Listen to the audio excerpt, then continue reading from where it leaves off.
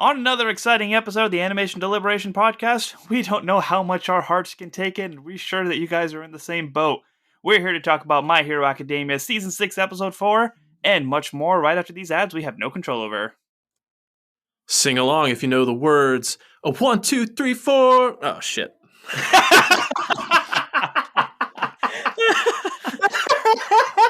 You're really excited for episode 4. Oh my god. All right. Here we go again. Sing along if you know the words. A 1, 2, 3. It's time for Animation Deliberation. A conversation and a celebration of our favorite action animated series. Yeah. Yeah, look at the waveforms on that. Welcome back to another episode of the Animation Deliberation podcast, where we take action animation. We're trying not to, but not too seriously. We are your hosts. I'm Zuhair Ali. My name's J. Scotty St. Clair. And I am Andrew Rogers.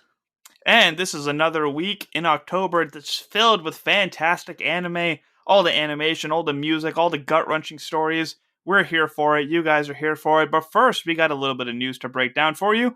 First off, Disney Plus has finally dropped Tales of the Jedi, and so far what I've seen of it, I absolutely love. We need more short stories like this. Not going to do any spoilers, but oh my god, do these music and lighting directors deserve all the awards. It looks so beautiful. Have you guys seen any of it? Do you have any thoughts on it? Are you super excited for it? Tell the people how you feel. Well, I, for one, have not had a chance to see it. I am excited for it, looking forward to it, but just have not had the opportunity with, this surplus of content these days. So I defer to you, Andrew. Have you been able to view any of this new series? I unfortunately haven't been able to either, Okay. but I mean, just from the trailers alone, I was super excited going into just what this could possibly hold, and then add in the beautiful animation. Like, it's just, there's so much going on for it that I'm probably just going to do it all in one sitting. That's the reason I haven't yet, is I want to dedicate the time to just plow through this in one go, because I know I'm not going to want to stop. Yeah, it sounds about right. I got one episode left, and I watched one episode last night. It was such a mistake. I'm like, damn it. Yeah. It's great. And it is confirmed that all of it is like half Ahsoka, half Dooku. It's very interesting. Oh, okay. Good to know. Good to know. A thing that all of us have seen, and two of you got to talk about in great length. We were not able to record last Thursday because we all went to go see Black Adam. Both of you guys had the opportunity to talk to it on our sibling podcast. Tell the people where they can find your reviews on that. So you can find me at our sister show, the Source Pages podcast. I was there for both the primer covering the comics before, and then the review following the comics after, and the movie. Both of those are out now on their feed. And as for me, I joined Matthew Carroll on the Bingers Assemble podcast, where we continued our coverage of the DCU with Black Adam. So wherever you get your podcast, Bingers Assemble. And I will just note, with the mention of Source Pages and just coming off the tails of talking about Tales of the Jedi, that pun was not intended at all.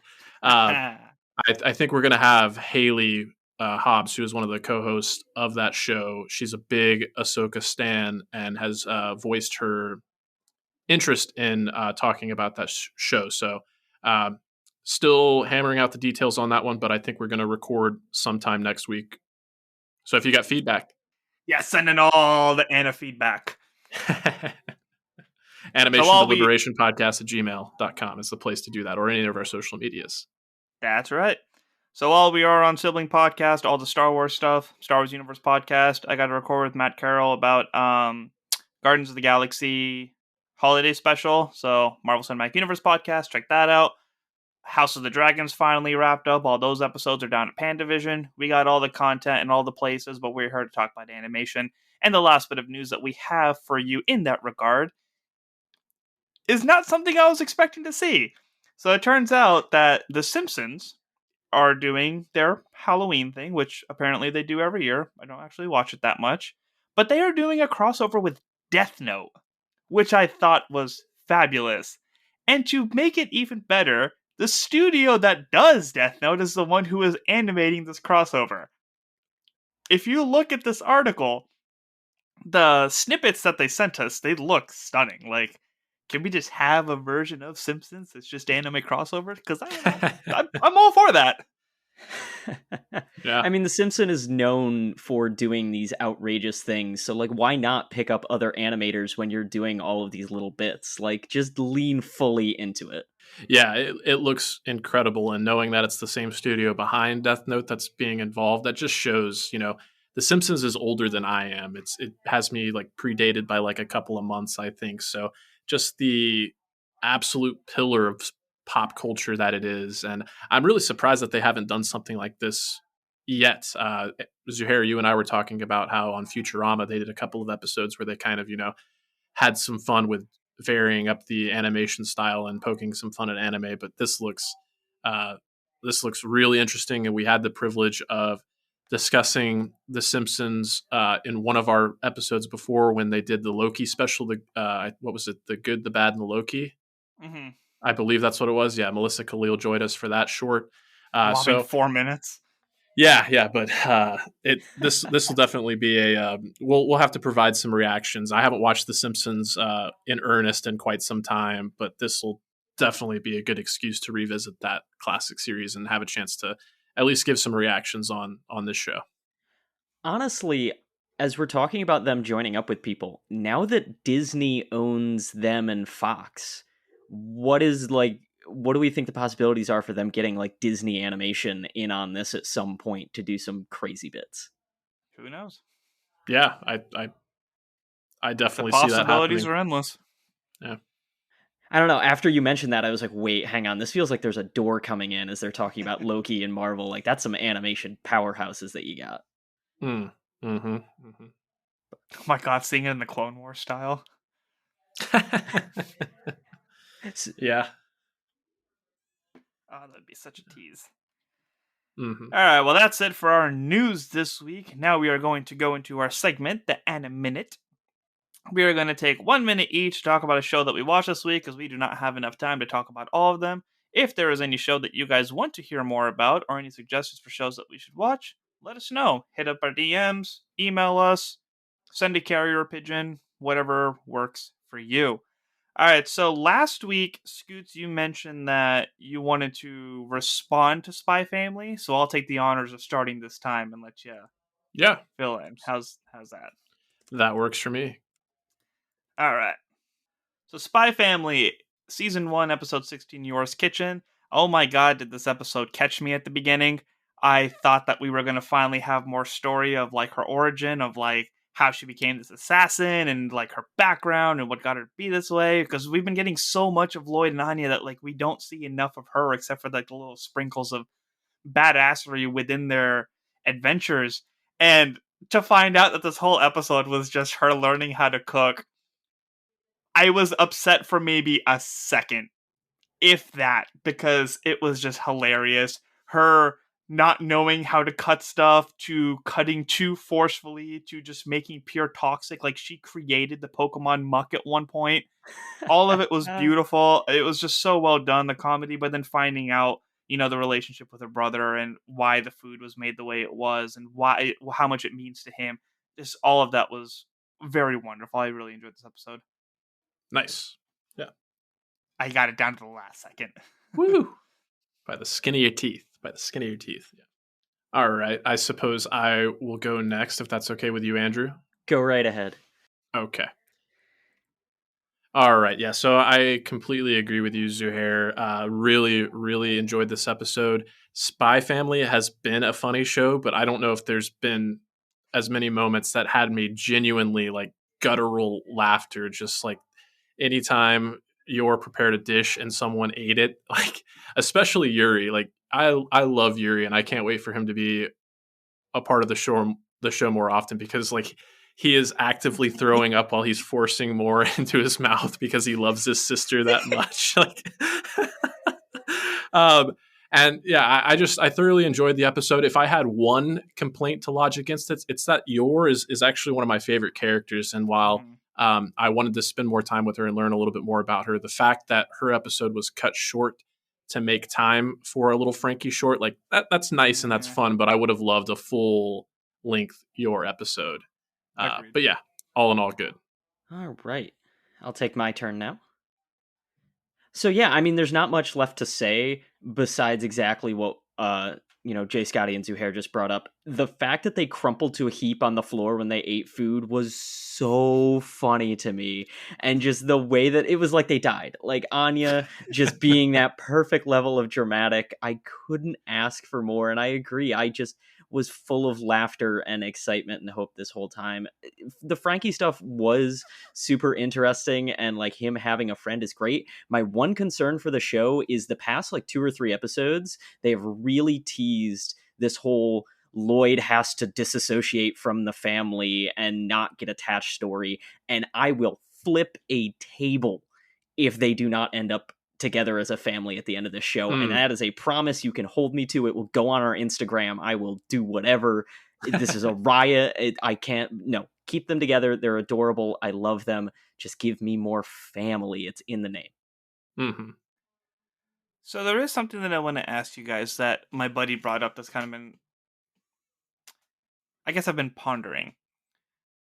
So he was talking about how with this anime being mostly a comedy, it bothers him that there's no like quote unquote direction. Would you guys be okay with this just being a straight comedy and just like the adventures of the Forger family every week? Or at some point, do you want to see shit hit the fan and it actually be a story with villains and tension and stuff that throws in comedy?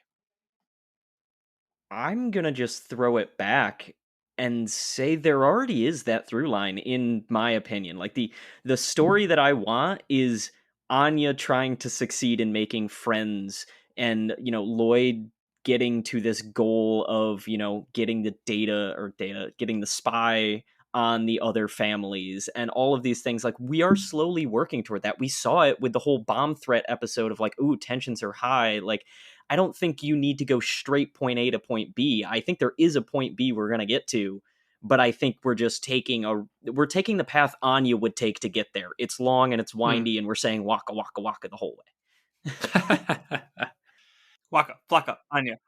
Yeah, I think I agree with Andrew completely. I feel like there is a story for us to follow, but I'm okay with the pace that it's currently taking. Again, it's kind of like what I brought up in my 60 seconds there. If I had any complaint to levy against it, it's that I want to see more of Yor, and I want to know exactly what made her choose this life of an assassin, and actually see her go on a few more missions and just get some of the intrigue there. But apart from that, like, that kind of 3-episode arc that we had with the bomb dogs that got Bond to be a part of the family. Apart from that, they've felt pretty like the A story is kind of standalone, and then Anya's exploits at the school seem to be kind of the through line that we're following at this point in time. So Sure. I'm good with it at the way it's going right now. Like, it can stay just the way it is, and I'll be very satisfied and very entertained. Well, because I also think like the whole thing that I questioned of when we get to the end, are they still going to be a family?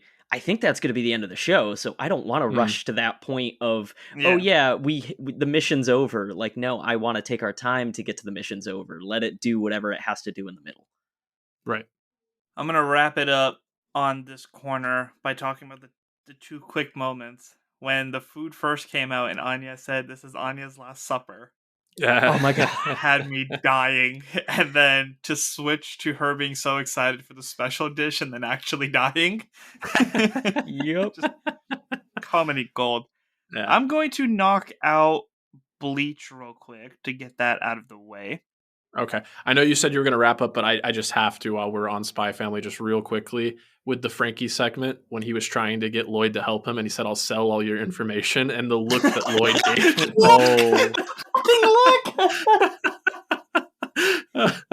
Don't mess with that man. Do not mess with him. The level of detail of "I will fuck you up" was just so incredible. Yeah. Public Enemy #1 switched so quick in that moment. Yes. God, this show was gold. Yes.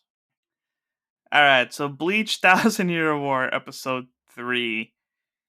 It is interesting how much of this show I can keep up with from only seeing like the first main arc. It feels like the first arc of the story is literally the foundation to where this is coming from. There's some stuff where like YouTube I had to get in like a little bit of filler information since I hadn't watched past the first Soul Society part, but it's getting pretty wild within the first 3 episodes. Like there is this whole war between the Quincy's and the Soul Society. They had their argument about like why they kill the Hollows versus purifying them.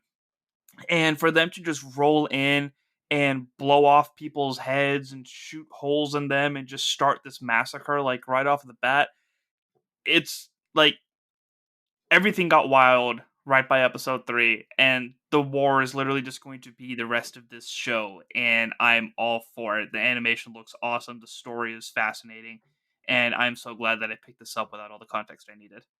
Ooh, made it down to a second again. Woo! Towing that line. Hey.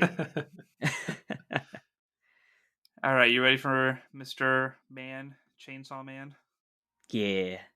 You want to go first, or shall I? Go for it. All right. So these last 2 episodes have been nothing short of absolutely crazy. This show is off the walls. The animation, the action, it's just all phenomenal. And like, they are doing the weirdest job of character building ever. I have never had such conflicting emotions. I don't want to spoil too much because I know Jay Scotty hasn't seen it and he needs to experience it firsthand. But everyone out there, I'm making 2 honking motions with my hands. If you know, you know. It's just so much fun, and it's all so genuine. Like, I really believe it.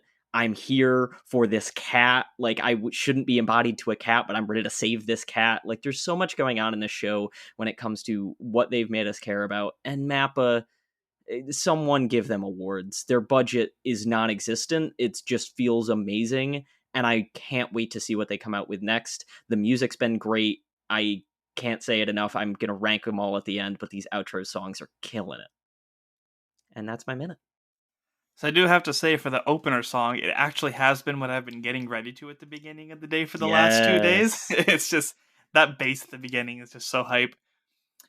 I love the noir feel of the show, but sometimes because there's such a slow build up, and it's beautiful to look at, but because it has such a slow build up to those wild moments at the end, it just really feels too short. Like these last 2 episodes could have easily been one episode with the direction that it was going in. I absolutely love Makami. She's my favorite character in this, but the dynamic between our main characters, Power and Chainsaw Man, forgetting his name, Denki, is fantastic. The quality and just all the foolery is really interesting in this, but I need more to happen in one episode, because to have to wait a week for all this is just making me really antsy.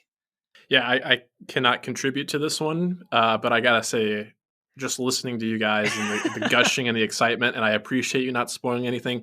I've been wanting to check this one out, but even more so now. Like, yeah, I need to prioritize this one. So Get much to on it while it's watch. only 3 episodes. Yeah. And also, I don't know if we've said it. If you are younger or know someone younger, don't watch the show with them. This is a This is rated R. this is very much rated R. Just in Use your case that discretion wasn't heavily. clear, this is one that definitely has that explicit tag on it that we should probably mention. I don't think we've said that thus far. So my colleague actually came up to me the other day and he was like, "I think this is the first time that I like really paid attention to the closer song." And I was like, "Yes, it's the first time anyone did, because it's a new song at the end of every episode. It's a whole album." And he was like, Ooh. Oh yeah. "What? Really?" And I was like, "Yes." So you just Yes. happen to like this one more than the other 2. Oh, just wait. There's going to be one of these weeks when it's Queen Bee. I'm going to pop off about the music Oh, that you week. listened to the whole album already? No, I haven't touched it, but Queen Bee is the same band that did Inu O, the rock opera anime that I talked about a while Oh, back. that's right. You did go on that tangent. So, yeah. The last thing I want to mention about this is, we talk about how the 2 things that anime that kind of make it hard to recommend is the excessive talk about friendship and the unnecessary fan service. But the fact that the fan service in this show is justified in a way, Like, it's just part of the character's story, and it's not rapey in any sense like Mineta would be. It's interesting. I don't want to say too much on it because obviously it provides details, but it's fascinating how they actually put it into the story and you kind of feel for the way that the character thinks. I'll leave it at that. I'm curious on y'all's thoughts if you've been watching Chainsaw Man and you have an opinion about this, but it's just one of those things. Like, I've made it very clear how much I hate the excessive fan service stuff, but it's interesting how they've played it into the show. Although I do wonder if this is why the manga was so popular. Is the True. fan service. True. I did want to just take a quick Mob Psycho and a minute break that I don't even think I'm going to take the whole minute for. Do it. And let the Okay. English see you do it. For those that get the reference. All right, so Mob Psycho Season 3, I don't know if you're going to hear many more minutes about this until the show picks up. The first 2 seasons were very much like a bottle of plot, and they didn't set themselves up for anything in this 3rd season. It's been super fun and irreverent, but I don't think I'm going to be able to have a minute to talk about every single week, just because it would be the same rehashing of the animation just looks fun, the characters are good. Like, it's a very character-driven story this season, but none of it is going to make any sense to fit into a minute. So if they start wrapping it back into a big story, I might cover those, or if you guys are listening for these Mob Psycho minutes, feel free to write in and I will still do them. But as of right now, I'm enjoying it, just not enough to make into a podcast segment. You made it sound like the show is more of a binge than it is a weekly wait. Well, so the first 2 seasons I had only watched as binge, and I loved the first 2 seasons, and I'm wondering if that was a part of it, because there is a weird irreverence to it. But at the same time, it's one of those shows that, like, nothing happens in the first 25 minutes, and then the last 5 minutes is a cliffhanger that you really want to find out how it resolves. Mm. So, like, it's very hard to make into this format of, like they make you want to watch the next one, but also not much happens in the next one either. It's a weird cycle. Like, you're always wanting to come back. Sounds like yo-yo storytelling, like, you know, kind of yanking you back and forth, with moments of tension. But that's Boruto for me right now. It's also weird because it's, like, very much centered around a normal high school kid, and the start of this season has been very normal high school things, like, what are you going to do next? And I'm like, I don't care. Fight a demon. Like, I don't want to know what his future is. Well, I do, but you know what I mean. All right, so that's our minute for each of the corners. Anything that you want to hear more about, if there's something that we should talk about on a whole episode for an arc at the end of the season, let us know. And moving on to our one feedback that's not My Hero related, then we're going to talk My Hero, and then we're going to get to the rest of the feedback. So, our first feedback from Andre, who would like to take it away. So, email from Andre. Hey guys, I know you are all about the return of anime right now. I don't know if you talked about this yet, but the Dragon Ball Super movie was awesome. The movie itself was great, loved the callbacks to past fights, loved Pan and her being a badass. Krillin saving 18 was good. Uncle Piccolo was awesome as usual. Oh, and I love Piccolo. I don't know Piccolo's voice, I'm sorry. Can I see the sounds? Can I see the sounds? There you go. I was like, I'm going to do a disservice to this. When ready, I can't wait to hear y'all's thoughts about it. Secondly, I don't know if any of you have seen Green Lantern Beware My Power. Is it worth seeing? I know Super Sons is next, so I'm trying to see it, and should I get invested in this new universe? Keep up the good work, guys. I'm excited for Tales of the Jedi and Bad Batch. Signed, Andre. Have either of you seen either of those DC? No, I did see that Beware My Power just hit HBO Max, like, over the weekend, so it was quickly on my list of, like, it's time to watch, but I've really not done much with this new universe. Have either of you? Mm-mm. I haven't seen Dragon Ball Super. I have not seen either of these films, but, you know, maybe that's something we should discuss checking out if the, response and the interest is strong enough. Could be something we cover on the show. I did want to speak to the one part of his feedback that I can speak to, with Piccolo's voice being Christopher Sabat, who also did Vegeta on that show. He also does All Might in the dub for My Hero Academia. As listeners may know, I've been binging Fire Force, and in season 2, he voices a character on that show too. So as soon as I heard his voice, and I love the context of it, like all I'll say for you, Zuhair, is Maki, sweetie. Having him introduced like that was just, and the other character's reaction to that was great. Oh my god, I love. Yeah, his voice is so distinct now. Even when I was watching oh my god, what's it called, Full Metal Alchemist Brotherhood. Oh He yes, was the muscle dude. Was it Louis? Louis Armstrong. I think Louis his name Armstrong. was. Yes, Yeah. when that boy, I was like, oh my god, it's All Might. He's a blonde too. Yeah. But yeah, Well- I can definitely speak heavily on Dragon Ball Super. I will, be very forward in saying that because this was such an important title to me, I was very particular about having a guest podcast host that had grown up with it and watched all the stuff like I had. So that's kind of what put the delay on that. But my co-host can vouch for the fact I've been wanting to talk about it for months. But I just wanted to make sure that like our review of it did it justice, because it's Dragon Ball. Like, you can't not do that right, And the quick snippet that I'll give you is that despite the animation style driving me bonkers, yes, the story was predictable, but it was perfect in every which Dragon Ball way, and the comedy on it was incredible. I couldn't breathe. I was laughing so hard on the "Can I see sounds" comment. Uncle Piccolo, Pan, all of it's a delight. Mystic Gohan is savage, and you know, even no matter how predictable it gets, Dragon Ball is fun. And we talk about how good content nowadays is when you can see what's coming, but still have the emotional tension while you're watching it.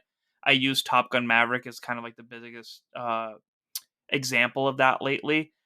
And Dragon Ball just does that. You know what's going to happen. You know who's going to win. You know what the big fights are going to be like, but you're still at the edge of your seat and cheering when the big things happen.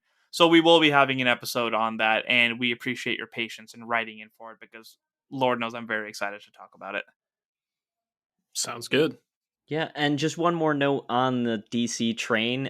It was something we forgot to mention in news, but I just want to throw it out there in case you all were not aware. There are new CEOs, co-CEOs of DC studios, I guess is what you would call them.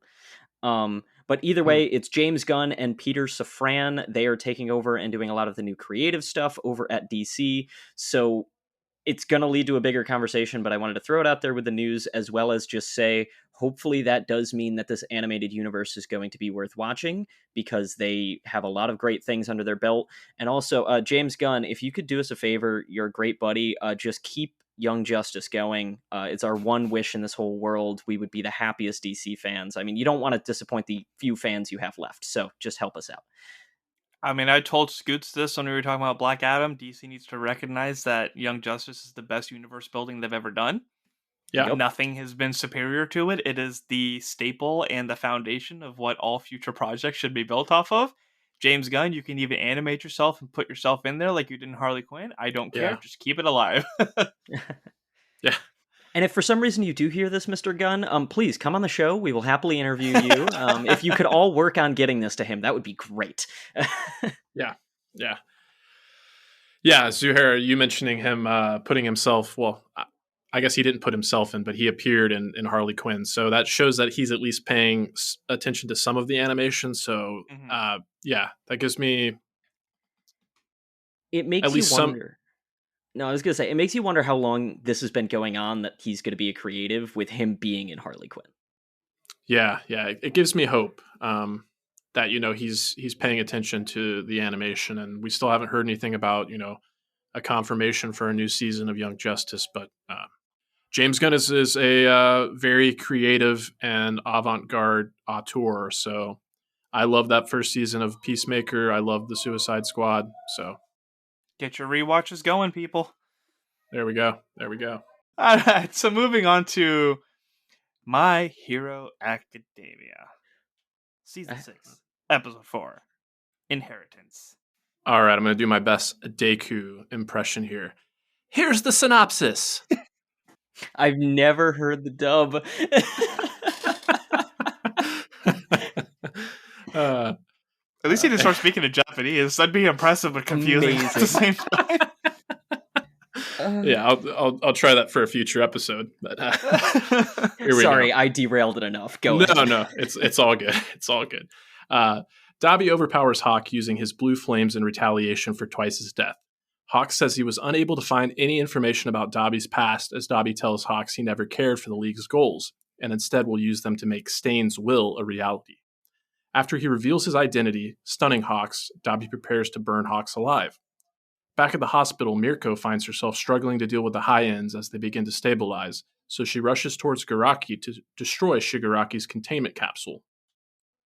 Mirko is held back by one of the high ends, but through her tenacity and the assistance of Endeavor and Eraserhead, she is able to destroy the pod when it's at 75% completion. Garaki attempts to awaken Shigaraki, but Present Mike is able to completely destroy the lab before Garaki can, punching the doctor for good measure. While Mike drags Garaki away to stop the Nomu, the hero Xless watches over the comatose Shigaraki. Garaki reveals that he developed the quirk singularity theory over 70 years ago, but was ridiculed with only All for One believing him. He also reveals the incident that created Kirogiri was meant for Eraserhead. Meanwhile, Shigaraki finds himself in a shattered mindscape where he is approached by visions of his family members. A shadowy All for One beckons him when he is held back by his family members, including Nana Shimura, who he decays away, telling them not to reject him as he enters the darkness. In the real world, a jolt of electricity awakens Shigaraki. There's so many things I want to start with. And the one that I didn't quite think about until just now is the importance of Eraserhead throughout all this. You know, so much stuff stands out from the rewatch, like the importance of Stain. And it makes you wonder in regards to Eraserhead for why he chose the ninja life. If this is something that's been intended for him and speculated for like over 70 years, with him being as smart as he is, did he choose this life of avoiding the press and keeping his, powers of mystery and being the assassin? Not necessarily because it is his fighting style, but because there was a part of him that understood what people could do with his quirk. Like, I question how much of his lifestyle is based off of a self awareness because he has like no life outside of this. The closest thing to like a potential love story that we've had is somebody from an entirely different school, the one that laughs too much.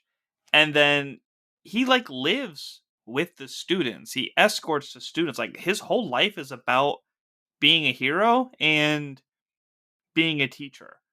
There's no reason for his capabilities that he shouldn't be on this top 10 list. And for reasons he's avoiding the spotlight. And I think this is one of the prime reasons that his just intelligence kind of set himself up for. Yeah, I think it's definitely a big part of it. Like, the only other thing that I see is just the idea of, like, he doesn't want people to understand the quirk, which kind of goes into exactly what you're saying. Like, staying out of the limelight means no one knows how it activates, no one knows the conditions. If they ever need him for something like this, he's there. And I agree. I love this mix of all of it, as well as then just calling back to his dear friend passing and him saying, I'm going to raise the next generation of students, and just pouring his life into it. Like, it's so amazing. And I love that despite not having the spotlight, he's getting the spotlight now this season. Like, this is a big push, and I love him as a character. So I'm here for I almost dressed up as him for Halloween. Well, you still got time. Halloween's a few days away, so you could always squeeze in another party if you wanted to. But yeah, this was an incredibly eventful episode. A lot happened in this episode, and I think it's interesting that you gravitate towards Aizawa first and foremost. I think it's fitting, but I agree with everything that came up, and it kind of makes me think, previous times that we spent getting to know Aizawa a little bit better and learning about his past, like people didn't understand him, and he could have very easily become a villain. Like his quirk is seen as villainous, so kind of knowing that Garaki and All for One originally intended to take his quirk and make a Nomu out of him is pretty fascinating. Uh, he has the relationship with the one student that came from Class C. I can't remember his name, but he has the purple hair, and his ability is to stop people or command them if they respond to a question that he asks or something like that. So um, aside from that, the part that kind of stood out to me is him having the close friendship with Present Mike, and we got a lot of Aizawa's like inner thoughts in this episode where he comes to the realization that reinforcements will be there in a few seconds, but in the stakes of this battle, a few seconds is so dire and so much time and so much could happen. So I like what you said about having to keep his abilities kind of obscured and not let people know how they work, which becomes a great foil because as we see these high ends becoming more intelligent, we have the one woman use her powers of observation to understand that all she has to do is avoid his line of sight, and he can't use his quirk on him, or he can't use his quirk on her, which effectively puts him in that position where he has to stay back and send Present Mike ahead to assist Endeavor and Mirko. That's so terrifying. The fact that they have that much power and that level of intelligence. Yeah. And now apparently like we're getting like their personalities for like who they were in a different life and all that stuff. Like that's Halloween shit right there. It's definitely giving me the heebie-jeebies.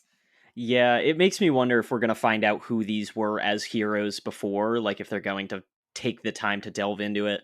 But I'm going to go real deep conspiracy theory here. You talked about how, they were originally going to steal Aizawa's quirk, and they actually ended up getting Kurogi's. Do we know how they knew what these students' quirks were? Because presumably that is private information, and we talked a while back about the possible mole at the school that was swept aside. Do we think this could come way full circle and that there is like someone in the school that is actually working for All for One at this point? Like that just suddenly made me think like, wait, how did they know that his quirk was erasure if he's staying out of the limelight? If he was just a student, like how did we get to that point? I wonder if we're going to get a little bit more of that high end detail coming out of the big relationship building that they're doing. Great question.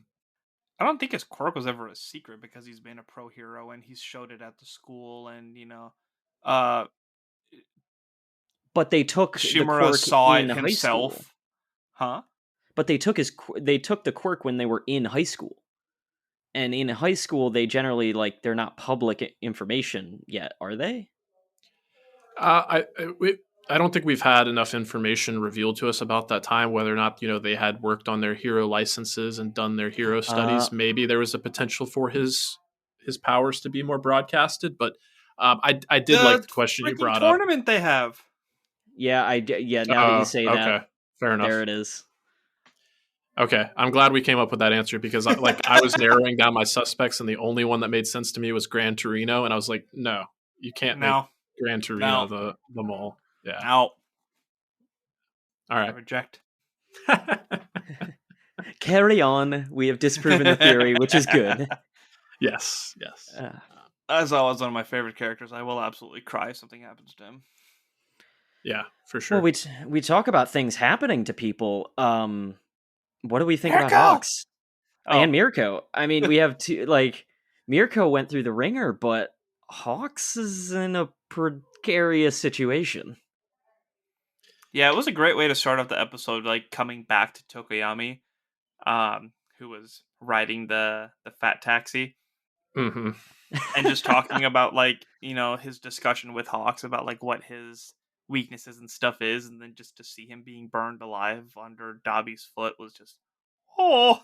Yeah. As frustrated as I was with Hawks for killing twice in the last episode, they immediately were able to reframe it to where I was very, very frightened for Hawks' well-being, and getting the flashback, to see that he's never really had much, choice in his life. I can't remember his exact backstory, but he's obviously kind of at the beck and call of this um, committee that kind of like manipulates him a little bit and says that you're going to get to be this hero. So it made me a little fearful for his longevity, you know, but I still have some hope that he's going to make it out because Dobby told him he doesn't care whether he lives or dies, and then we see the explosion from afar and see a figure kind of get flung out. So I think it was Fabian that told us, be prepared for some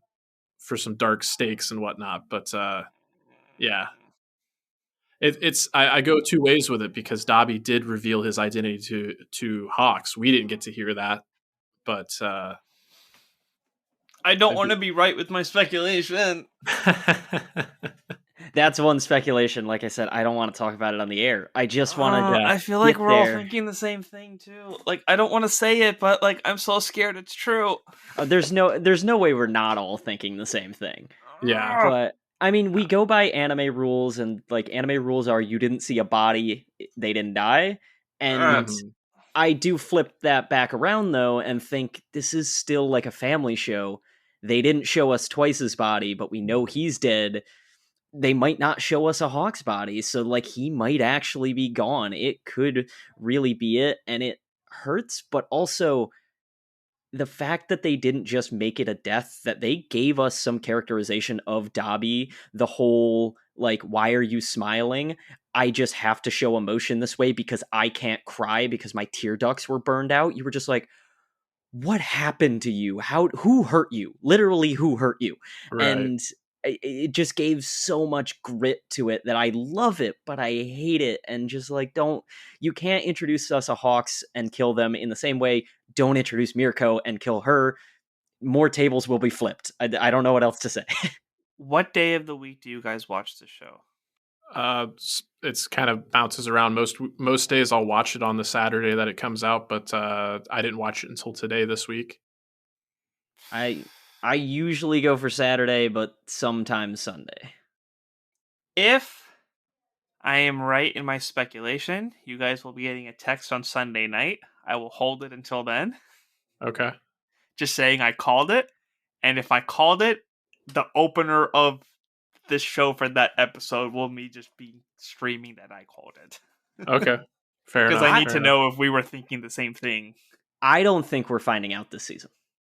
I firmly think they are, because I don't think we're going to find out what happens to Hawks until this whole fight is over. And then I think if Hawks gets to say it to the audience and say it to everyone else, it's going to be at the end of this 12 episode run. If that, maybe not even till the next time. I don't like it. They didn't tell us now. They're not telling us for a long time. That much is for sure. Well, even if we don't see Hawks again until that point, I hope they don't keep us from Dobby until that point, because that's the other aspect of it. What we did get to learn about Dobby, like I don't think I recalled that his motivations were so closely tied to Stain, and it was great to get that flashback to Stain because Stain was really one of the best villains of the show so far for me. But also that smile, Andrew, you talked about it, and I have not been as unsettled by a smile in anime since the Smiling Titan from Attack on Titan. Is all I'll say. That was so disturbing, that smile. And you could see the pain. It was so happy but so painful. I don't know how they did it. I don't think any actor could have done it. This is a pure animation thing. For sure. Was it you that I sent the Pokemon as Titans in Attack on Titan? No, but this needs to get sent right over to put on the Instagram story. Oh, first off, I need to find out who I sent it to.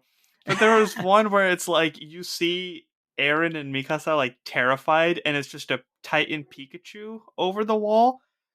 And now I can't remember who I was talking to about this, but I was like, what would they do for the one that ate Eren's mom? Would it just be a Jinx? Okay. Fully. I was thinking of Gengar. I was about to say, if you had to ask a smiling Pokemon, I'd go with Gengar for sure. Oh, terrifying. All right.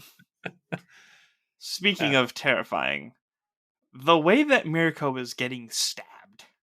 Oh my god. And she's still pushing forward despite literally getting ripped apart. oh my god, is this woman a savage? Yeah, it's tough to watch because I've just been endeared to her so quickly, and Mm-hmm. the show, I have to give it all the praise. Like these action sequences with Mirko have been like some of the best action of the entire series. It's just you have to feel that the animators love this character as much as we do just right off the bat. Just the intensity, the velocity, the grin and grit that she has, even though her body is being like torn apart. Uh, it is hauntingly beautiful and so hard to watch, but I can't turn my eyes away at the same time because it's so well animated. We're hearing so much dialogue from Endeavor too about it. This is another thing that I said last week about how I love that we're focusing on the main heroes without their like devices that limit them, the limiters, I guess. Mm-hmm. Because we're seeing not only what they're capable of, but how pro heroes work together. So we think of Endeavor of like this asshole that treated his wife terribly and didn't care for his kids. They were just weapons and tools to him. But the way that he communicates with other heroes and works together, and he thanks Mirko for saving him twice at this point, like there's so much that we're getting out of these guys. Even seeing oh my god, who's the guy with the voice, the DJ dude? Present Present Mike. Mike. Yeah, to see like him just like lose his composure and just like really want to mess up the doctor and just like his frustration, all of this dialogue is just so well done, and I'm loving that they're giving this much time to the actual heroes instead of the students. Well, it goes from frustration to disgust with Present Mike, and I really appreciated that, how he's just like completely revolted by this doctor that he's carrying. And that was, some pretty uh, revealing dialogue in terms of, getting the confirmation that the doctor was the original person that came up with this quirk singularity theory. And like, I still don't know exactly what it means, but apparently, you know, uh, he's able to duplicate, like make copies of quirks. And I guess All for One had the original one and passed on a duplicate to him. He gets to like double his life in exchange for like athletic ability, and they're doing this No the same kidding. thing with Tomura. Like All for One ultimately knew that he was going to fail, so Tomura Shigaraki is like his failsafe, and he's getting the original version of his quirk. Uh, yeah, like I said, a lot happened, and I did not understand all of it, but I trust the show to make us understand pretty quickly. And I'm a little scared to find out exactly what it means, to be honest. It's Yeah. really tempting me to read the manga. And I gotta Hon- say, if I wasn't a podcaster, I'd be on it right now. Honestly, I think it just boils down to that was the long explanation. Yada yada. Shigaraki now has All for One's Okay. everything. Full stop. Like I really think it was just them being like, oh yeah, he's passed on quirks before and can like spin them around in different directions by using the doctor as an example. But I don't Hmm. think the doctor has All for One's quirks. I think it was the doctor gave All for One, hey, you can take my double your life quirk. Let me do science with you, and that's how they got to Nomus and stuff. And then he gave the original to Shigaraki, who gave him a copy back, is the Okay. way that I took all of that to happen. But yeah, basically it's yada yada, All for One's out of the picture now that he's in jail. Shigaraki is now the new All for One as he wakes up. That was kind of my interpretation of them doing the long way of explaining just quirk went here. Okay. Speaking of creepy smiles, All for One in the cell with his, typical face blown off and just I mean we've seen that grin so many times, but the context of it when it was just zooming in on him and then you see that jolt of lightning on Shigaraki, I was like, "Oh no." Like I Yeah. can't stop thinking about the fact that he can use his decay at long distance now. And there's so many heroes inside of the facility. He can Right. use everything now. Like we don't know how many quirks he has, assuming that he has taken All for One. Like he could have everything for all we know. It's going to be it makes me think that it's going to be Deku wakes up all of his quirks to fight all of these quirks.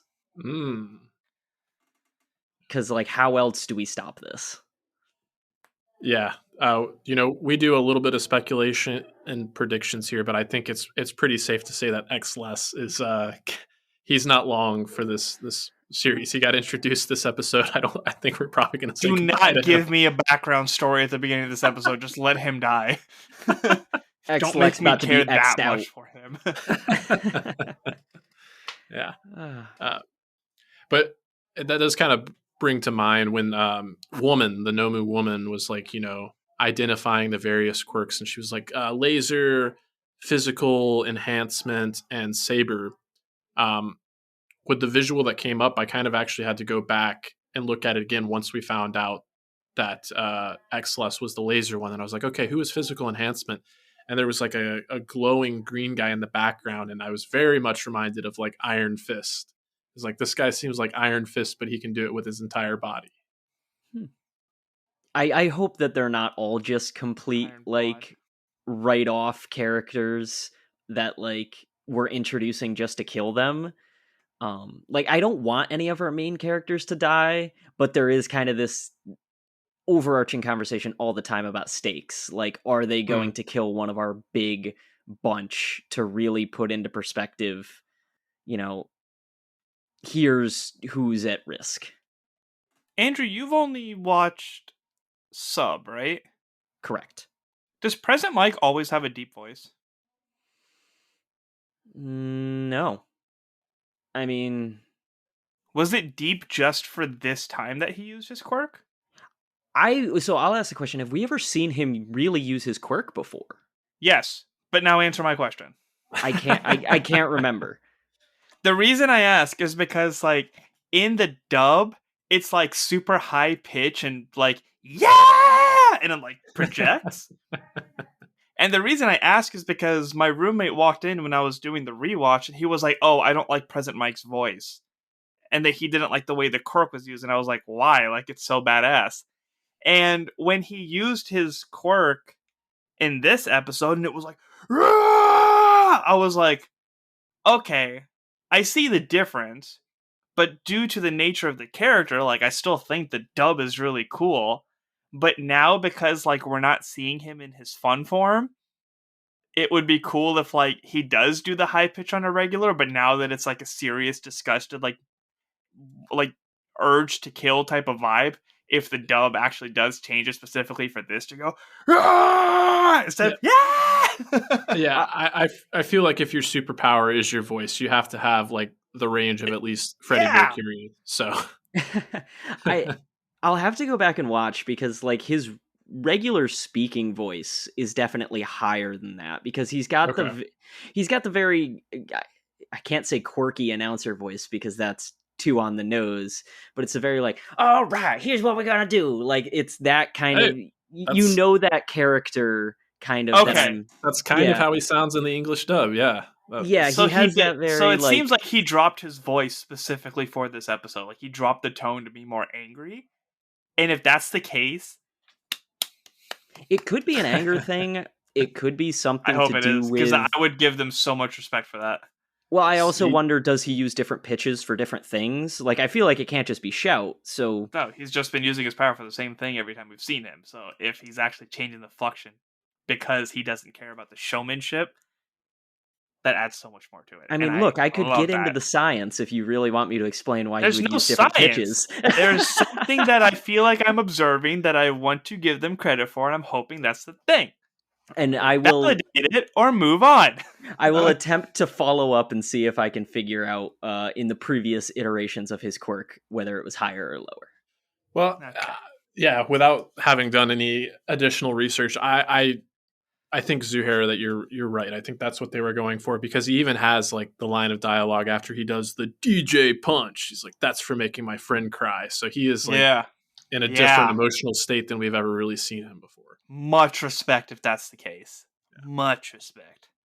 All right, we have a lot of feedback to go through. Yeah, I was going to say, I don't have too much more to say, and I don't want to steal all the thunder from our wonderful listeners. So unless you guys have any final thoughts you have to get out there. No, some of mine are actually in response to the feedback, so I'm just going to hold it for that. I do have one, because I just went to YouTube and I was going to attempt to listen to Present Mike, and I typed in Present Mike scream, and there's just the first video that pops up is My Hero Academia, but it's just Present Mike screaming, and it's a 50-second video, and I don't know what's going to happen, but let's get into the feedback in the meantime. I just needed to throw out there I stumbled upon this gem. Nice. It'd be fun if we just put that at the end of the episode, just the last 50 seconds of the show.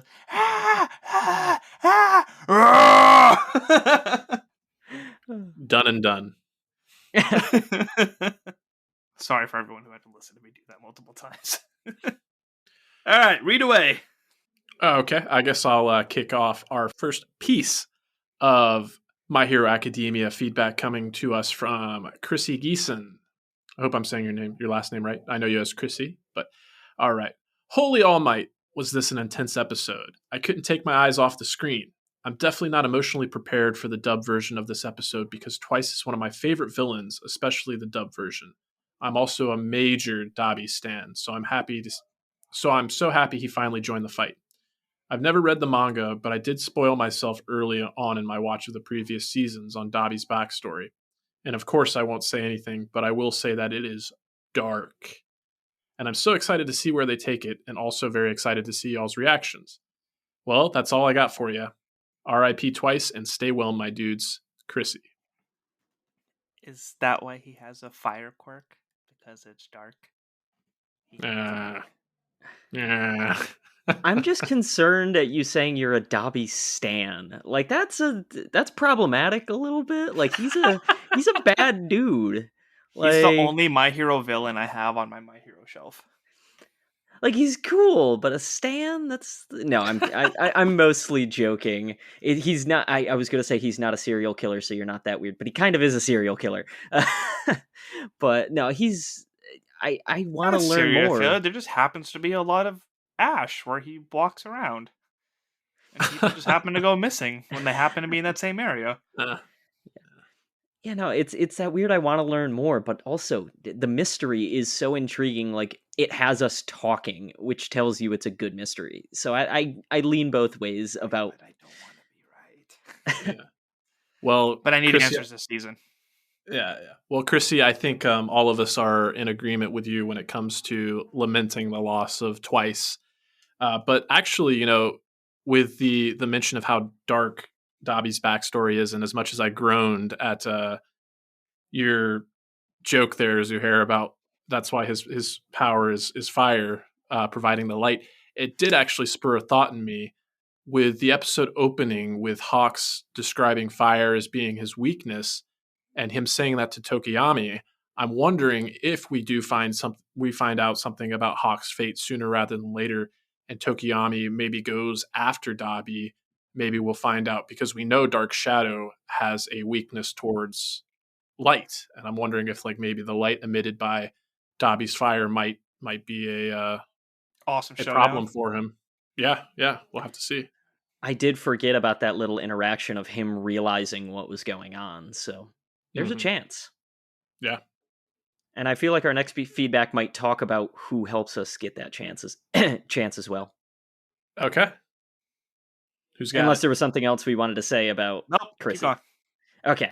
So our next feedback comes to us from TJ Stafford. My only gripe with this episode is Fat Gum's taxi service. Those students were instrumental in the early assault on the compound. They can walk. I get he is protecting them and escorting them away from the battlefield now that their jobs are done, but come on, let them keep their dignity. As for the rest of the episode, I really enjoyed it, but man, I'm exhausted. Every second, I felt like someone was about to die. Almost every hero we saw this episode, I had a moment of thinking, yep, they're toast for sure. Especially Hawks. And then they managed to make it out. We still don't know the fate of Hawks, who is very quickly becoming one of my favorites. After that 22-minute anxiety attack, I need a nap. TJ Stafford. Everything you just said is exactly the reason why we needed the taxi service. Just the nonstop emotional load, the nonstop anxiety attack. We needed that little moment of laughter at the beginning. Which got a good chuckle out of me that, the size proportions of Fat Gum just don't work because he was not that large compared to Tokiyami last time we saw this, and now he has 5 other students hanging out in there. They did that one just for the laughs. But I also feel like it's probably like, hey, save your energy. I am a literal ball of energy. I can carry you. And also in regards to tribe dynamics, like if you are responsible for other people in a mass attack scenario, you want to be aware of them while having your weapons available at the same time.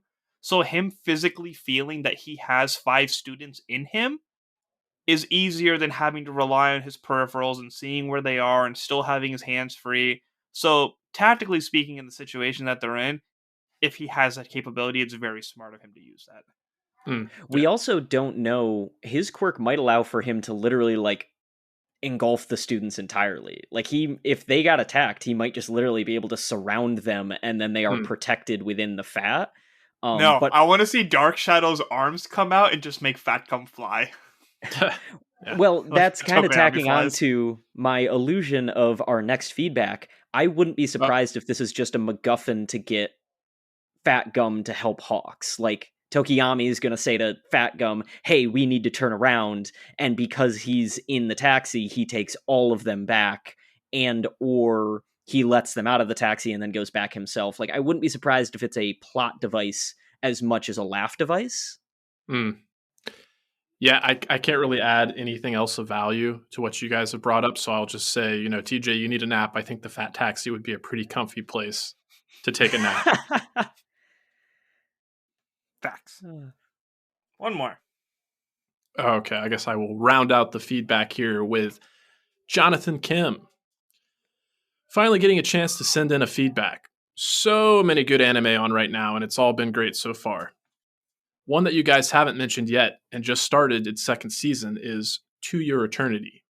If you haven't watched the first season, get ready for some emotional roller coaster and get the tissues ready. On to My Hero Academia Season 6, Episode 4 feedback. This season has been crazy so far. Barely any scenes from the classmates or anyone from the academy, but loving how intense it is right now. With the synchronization of the music and the animation, it makes you want to scream out as well as when the heroes were breaking the vessel. There was no way Tomura would not come back since he is the main villain, but it was satisfying when the glass finally broke and the punch to the doc's face. Keep up the feedback episode, and I'm enjoying the 1 minute feedback portion. Cool. So I do have to add that there was a laughing emoji after talking about him getting punched in the face because Mm-hmm. just the look on the doctor's face when it happened was just super gratifying. Oh yeah. But for some reason, when I put it in Notion, like the emoji literally took up the whole screen. Oh weird. The doctor's emotions, or emoting rather, was amazing. He's And just the glass so broke. goofy. Yeah. Yeah, I will say we've talked positive. I think this is my one negative with the episode, and it was the spark hits the water, he's awake. Like it felt too easy.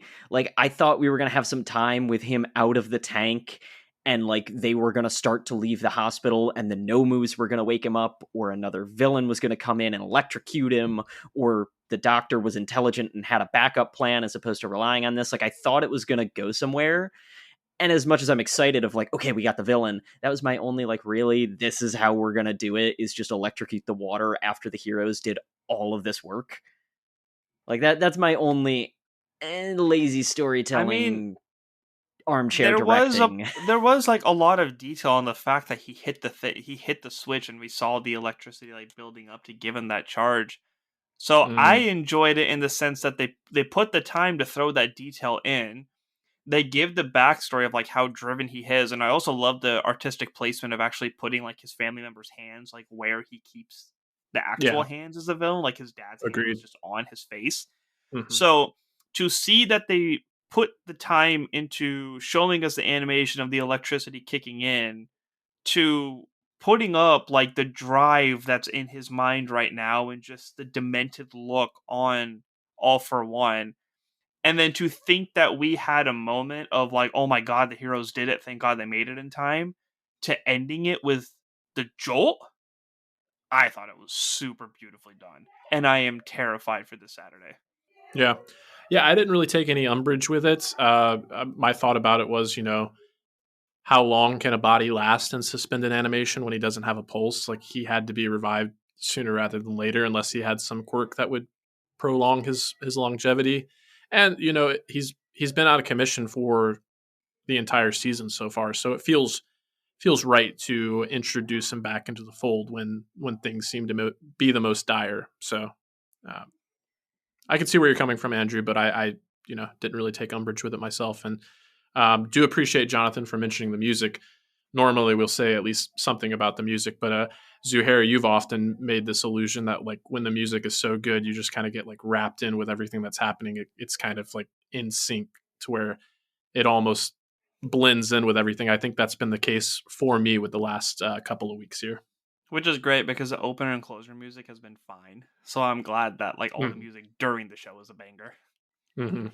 The music during the show might be the best superhero music, period. Like, it perfectly fits every scene. It's so fluid. Like, again, you don't notice it because it's so good, but like when you go back and actually watch the scenes and listen for it, it's so perfect to encapsulate the feelings and the like gusto that is going into all of these heroes using their powers. So I'm gonna say it. I'm here for it.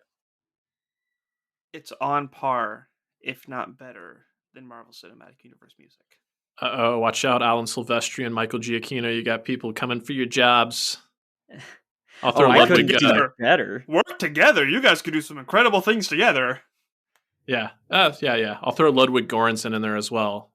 Completely unrelated, but I've seen initial reactions to Wakanda Forever, and without saying anything else, they are saying Ludwig did his thing again, as he did with the first Black Hell Panther. Yeah. So yeah. Traditional African drums with just modern hip hop, like I love it. Yeah. Alrighty, we're clocking in at around an hour 10 here. Any final things to say before we get into plugs? I'm not ready. Like, I need it now, but I'm not ready. Fair enough. Well, again, I'll go first this time around. I'll just remind the listeners that we will be doing some Tales of the Jedi reactions with Haley Hobbs if schedules work out. So look forward to that. Check out all the additional coverage we've done. Zuhair mentioned his appearance on the Marvel Cinematic Universe, reacting to the Guardians of the Galaxy holiday special trailer there. Myself being on Bingers Assemble for Black Adam, and Andrew appearing on the Source Pages Black Adam primer, as well as the review of the movie there. So that'll do it for me this week. Anything else you guys want to let the people know about social media wise or otherwise? Yeah, just usual. Let us know what you guys think of these other shows. You already mentioned my appearance on MCU Cast. Also, 323 with Reed Murphy. They were butt faces and scheduled at the same time that we were recording this week, so I wasn't able to hop on it. But if you guys are enjoying the sports updates, then please go check that out. And leave us the reviews, leave us a star so that we can get more people to enjoy our content. I saw those feedback emails and it genuinely made me happy that you guys are excited to talk to us. We're excited to talk to you back. So please keep up the good vibes and the conversations because we're here for it. Yeah, and I can't speak any more to podcast. We've talked enough about that, so I'll just say, like they said, a great way to just do us a favor is leaving a 5-star rating and review.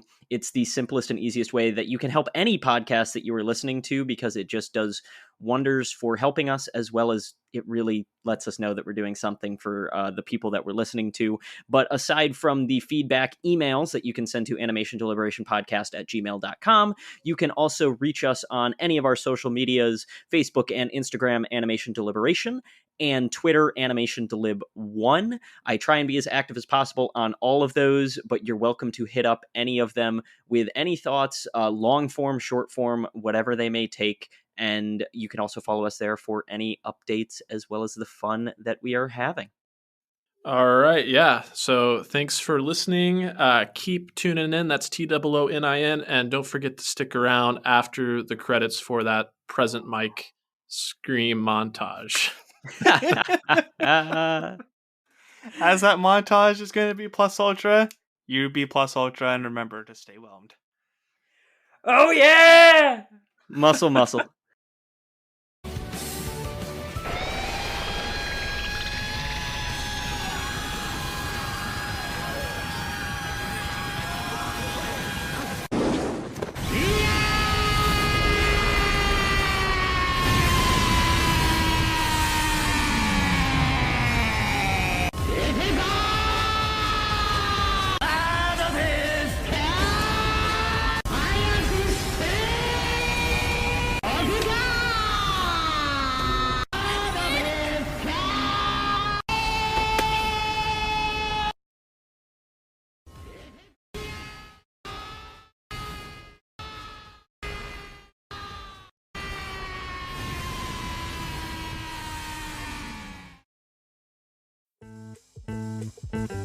Thank you for listening to the Animation Deliberation Podcast, a proud member of the Stranded Panda Network. If you would like to contact us, you can email animationdeliberationpodcast@gmail.com or follow us on Twitter @animationdelib1. For this and other great shows, you can visit strandedpanda.com or join the great community that is the Stranded Panda Chat Facebook group at facebook.com/groups/svchat. Tune in next time, and remember, stay whelmed.